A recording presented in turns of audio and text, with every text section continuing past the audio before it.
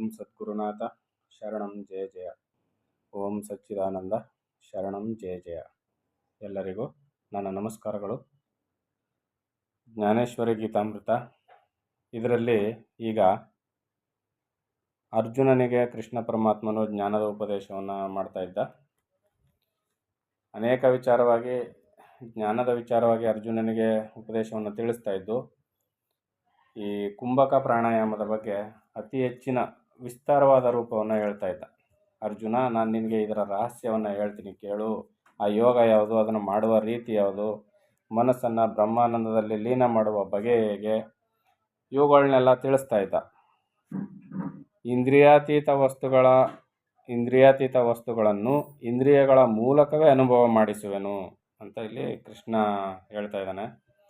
ಯೋಗೇಶ್ವರನಾದ ಶ್ರೀಕೃಷ್ಣನು ನಿರಂತರವು ಯಶಸ್ಸು, ಸಂಪತ್ತು, ಔದಾರ್ಯ, ಜ್ಞಾನ, ವೈರಾಗ್ಯ, ಐಶ್ವರ್ಯವೆಂಬ ಷಡ್ಗುಣಗಳಿಂದ ಮೆರೆಯುವನು. ಪರಮಾತ್ಮ ಷಡ್ಗುಣ ಸಂಪನ್ನ ಅಂತಾರಲ್ಲ, ಷಡ್ಗುಣ ಐಶ್ವರ್ಯಗಳು.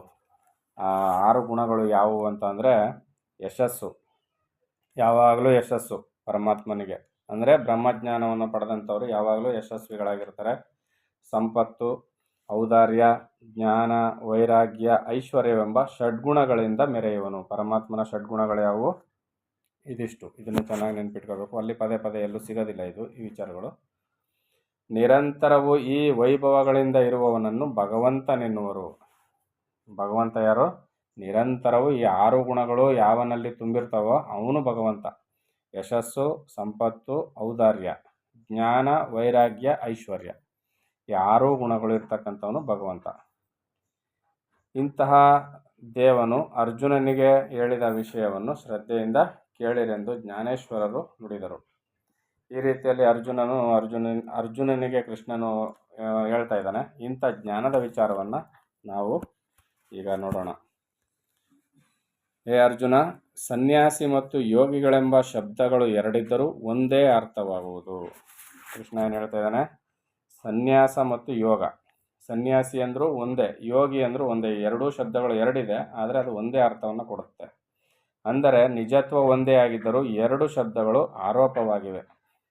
ಆದ್ದರಿಂದ ಇವುಗಳ ಹೆಸರಿನ ಭೇದವನ್ನು ತೊರೆದು ಬ್ರಹ್ಮದೃಷ್ಟಿಯಿಂದ ನೋಡಿದ್ದಾದರೆ ನಿಜದ ತಿಳಿವಾಗುವುದು. ಸನ್ಯಾಸವೆನ್ನುವುದನ್ನೇ ಯೋಗವೆಂತಲೂ ಯೋಗವನ್ನೇ ಸನ್ಯಾಸವೆಂತಲೂ ತಿಳಿ. ಪುರುಷನೊಬ್ಬನನ್ನೇ 2 ಹೆಸರುಗಳಿಂದ ಕರೆಯುವಂತೆ, ಒಂದೇ ನಗರಕ್ಕೆ 2 ದಾರಿಗಳಿರುವಂತೆ, ಒಂದೇ ಜಲವನ್ನು 2 ಪಾತ್ರೆಯಲ್ಲಿ ಸುರಿದಂತೆ, ಯೋಗಿ ಸನ್ಯಾಸಿಗಳೆಂಬ ಶಬ್ದಗಳು ಬೇರೆ ಬೇರೆಯಾಗಿದ್ದರೂ ತತ್ವಾರ್ಥ ಒಂದೇ ಎಂದು ನಿಶ್ಚಯಿಸುವವರಿಗೆ ದ್ವೈತ ಭಾವವು ಉಳಿಯುವುದಿಲ್ಲ. ಸನ್ಯಾಸ ಅಂದರೆ ಈಗೆಲ್ಲ ಸನ್ಯಾಸ ಭಾಳ ಸುಲಭವಾಗಿದೆ. ಕಾವಿ ಬಟ್ಟೆ ಧರಿಸ್ಬಿಟ್ರೆ ಸನ್ಯಾಸಿಗಳು ಅಂತ.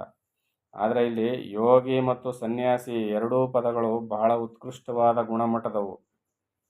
ಒಬ್ಬ ಯೋಗಿ ಆಗಬೇಕಾದ್ರೆ ಏನು ಮಾಡಬೇಕು? ನಿಷ್ಕಾಮ ಕರ್ಮ ಮಾಡಬೇಕು, ಕುಂಭಕ ಪ್ರಾಣಾಯಾಮವನ್ನು ಮಾಡಿ ಅಂತಃಕರಣವನ್ನು ಶುದ್ಧಿ ಮಾಡಿ ವೈರಾಗ್ಯಶಾಲಿಯಾಗಿ ಆತ್ಮಜ್ಞಾನದ ಸುಖವನ್ನು ಪಡೆದಿರಬೇಕು. ಅವನು ಯೋಗಿ. ಸನ್ಯಾಸಿ ಅಂದರೆ ಯಾರು?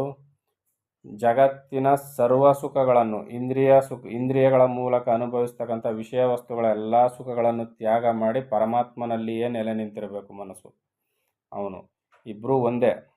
ಈ ಮಟ್ಟಕ್ಕಿರೋರು ಸನ್ಯಾಸಿ, ಯೋಗಿಗಳು ಅನ್ಸ್ಕೊಳ್ತಾರೆ. ಕೇವಲ ಕಾವಿ ಹಾಕೊಂಡು ದಂಡ ಕಮಲ ಹಿಡ್ಕೊಂಡು ಮತ್ತು ಈ ಮಣಿ ಸರಗಳನ್ನು ನೇತಾಕೊಂಡಿದ್ರೆ ಅವರು ಸನ್ಯಾಸಿಗಳು ಅನ್ಸ್ಕೊಳ್ಳೋಕ್ಕೆ ಸಾಧ್ಯ ಇಲ್ಲ. ಫಲಾಶೆಯನ್ನು ತೊರೆದು ಕರ್ಮಾಚರಣೆ ಮಾಡುವವನನ್ನೇ ಪಂಡಿತರು ಯೋಗಿ ಎನ್ನುವರು.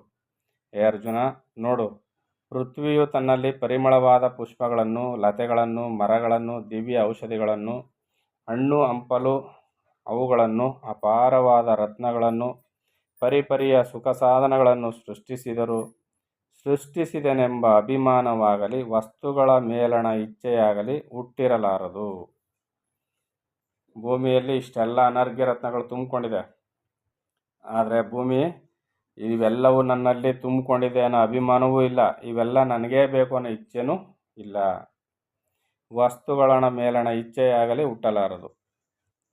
ಅದರಂತೆ ಧರ್ಮದ ಕಟ್ಟಳೆಯನ್ನು ಮುರಿಯದೆ ಆತ್ಮಬೋಧ ಸಹಾಯದಿಂದ ಫಲೇಚ್ಛೆ ಇಲ್ಲದೆ ಇಷ್ಟ ಕರ್ಮಗಳನ್ನು ಆಚರಿಸುತ್ತಿದ್ದರೂ ತಾನು ಮಾಡಿದೆನೆಂಬ ಅಭಿಮಾನವನ್ನು ತೊರೆದು ಶುದ್ಧ ಬುದ್ಧಿಯಿಂದ ವರ್ತಿಸುವವರೇ ಸನ್ಯಾಸಿಗಳು.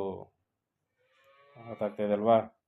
ನಾನು ಮಾಡ್ತಾ ಇದ್ದೀನಿ ಅನ್ನೋ ಅಭಿಮಾನವನ್ನು ತೊರೆದು ಇಷ್ಟ ಕರ್ಮವನ್ನು ಮಾಡ್ತಾಯಿದ್ರು, ಫಲದ ಇಚ್ಛೆ ಇಲ್ಲದೆ ಆ ಕರ್ಮವನ್ನು ಮಾಡ್ತಾರೆ, ಶುದ್ಧ ಬುದ್ಧಿಯಿಂದ ಮಾಡ್ತಾರೆ.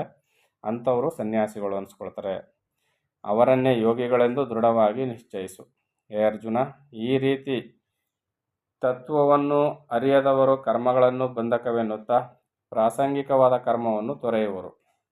ತತ್ವವನ್ನು ತಿಳಿದೇ ಇದ್ದವ್ರು ಏನು ಮಾಡ್ತಾರೆ? ಕರ್ಮಗಳು ಬಂಧಕವಾಗ್ತವೆ, ನಾವು ಬಂಧನಕ್ಕೆ ಸಿಕ್ಕಾಕೊಳ್ತೀವಿ ಅಂತ ಹೇಳಿ ಪ್ರಾಸಂಗಿಕವಾಗಿ ಬಂದಂಥ ಕರ್ಮವನ್ನು, ಅವ್ರ ಪಾಲಿಗೆ ಬಂದಂಥ ಕರ್ಮವನ್ನು ಬಿಟ್ಬಿಡ್ತಾರೆ ಮತ್ತು ತನ್ನ ಪಾಲಿಗೆ ಬಂದ ಕರ್ಮವನ್ನು ತ್ಯಜಿಸಿ ನಂತರ ಅನುಚಿತವಾದ ಅನ್ಯ ಕರ್ಮಗಳನ್ನು ಆಗ್ರಹದಿಂದ ಮಾಡುತ್ತಾ ದ್ವಿಗುಣವಾದ ಪಾತಕಕ್ಕೆ ಗುರಿಯಾಗಿ ಧರ್ಮಭ್ರಷ್ಟರಾಗುವರು. ತಲೆಯ ಮೇಲೆ ಹೊತ್ತಿರುವ ಗೃಹಸ್ಥಾಶ್ರಮವನ್ನು ಸಕ್ರಮವಾಗಿ ನಡೆಸಲಾರದೆ ತ್ಯಾಗ ಮಾಡಿ ಸನ್ಯಾಸವನ್ನು ಸ್ವೀಕರಿಸಿದರೆ ಶ್ರೇಯಸ್ಸಾಗುವುದೇ? ತಲೆಯ ಮೇಲಿರುವ ಭಾರವನ್ನು ಇಳಿಸಿ ಎರಡನೆಯ ಭಾರವನ್ನು ಏರಿಸಿಕೊಂಡಂತಾಗುವುದಿಲ್ಲವೇ?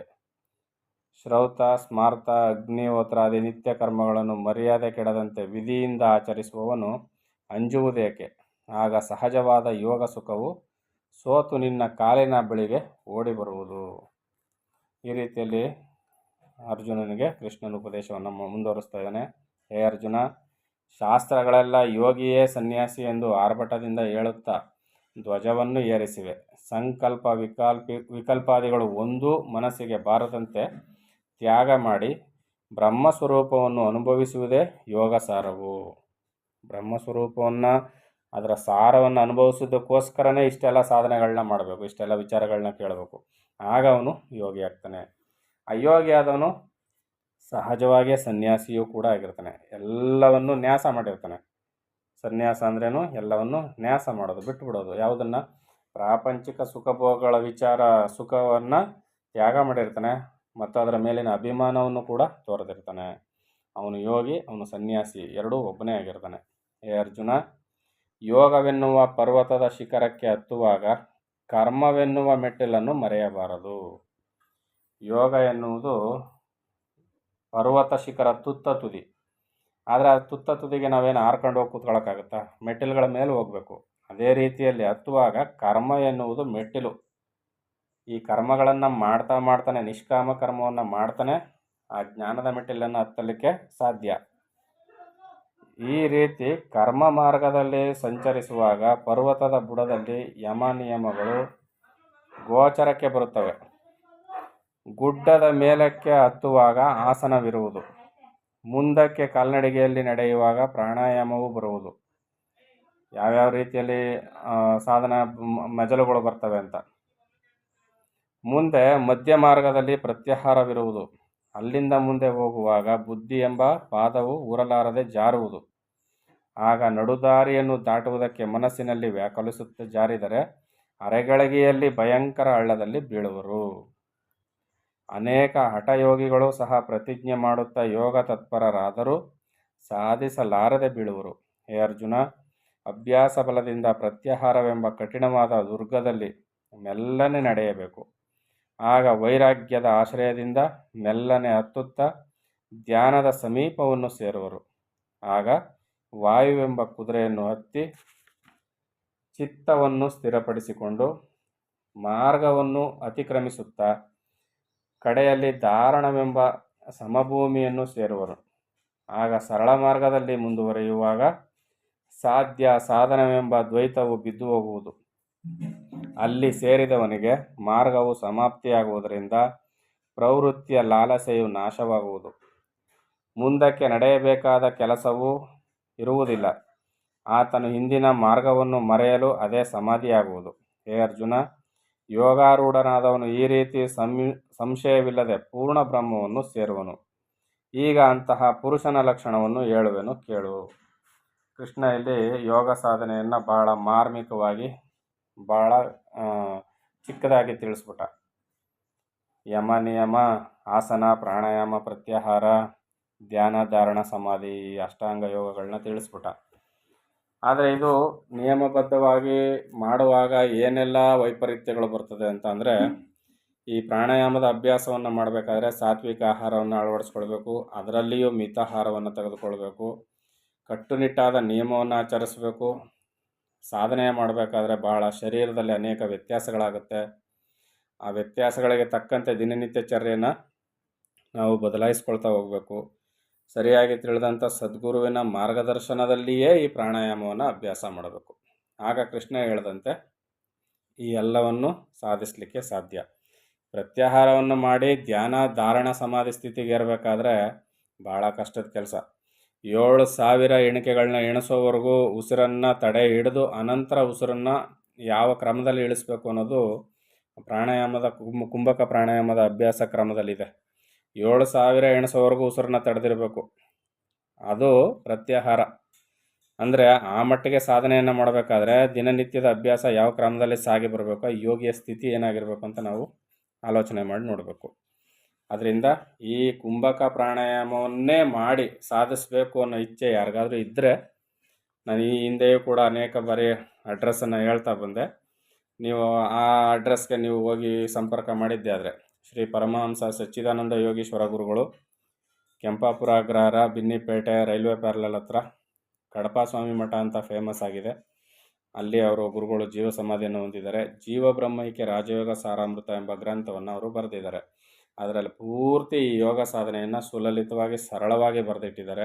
ಅಭ್ಯಾಸಕರಿಗೆ ತುಂಬ ಅನುಕೂಲವಾಗಿದೆ.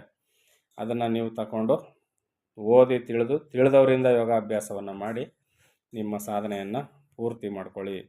ಮೋಕ್ಷದ ಗೃಹವನ್ನು ಸೇರುವಂತೆ ನೀವಾಗಲಿ. ಮತ್ತು 9606340503 ಈ ನಂಬರ್ಗೆ ಕಾಂಟ್ಯಾಕ್ಟ್ ಮಾಡಿದ್ರೆ ನಿಮಗೆ ಇದರ ಹೆಚ್ಚಿನ ಮಾಹಿತಿ ಸಿಗುತ್ತೆ. ಇನ್ನು ಮುಂದಿನ ಆಡಿಯೋದಲ್ಲಿ ಕೃಷ್ಣ ಯಾವ ವಿಚಾರವನ್ನು ತಿಳಿಸ್ತಾನೆ ಅಂತ ನೋಡೋಣ. ಎಲ್ಲರಿಗೂ ಒಳ್ಳೆಯದಾಗಲಿ. ಓಂ ಸದ್ಗುರುನಾಥ ಶರಣಂ ಜಯ ಜಯ. ಓಂ ಸಚ್ಚಿದಾನಂದ ಶರಣಂ ಜಯ ಜಯ. ಹರಿ ಓಂ ತತ್ಸತ್. ಹರಿ ಓಂ ತತ್ಸತ್. ಹರಿ ಓಂ ತತ್ಸತ್.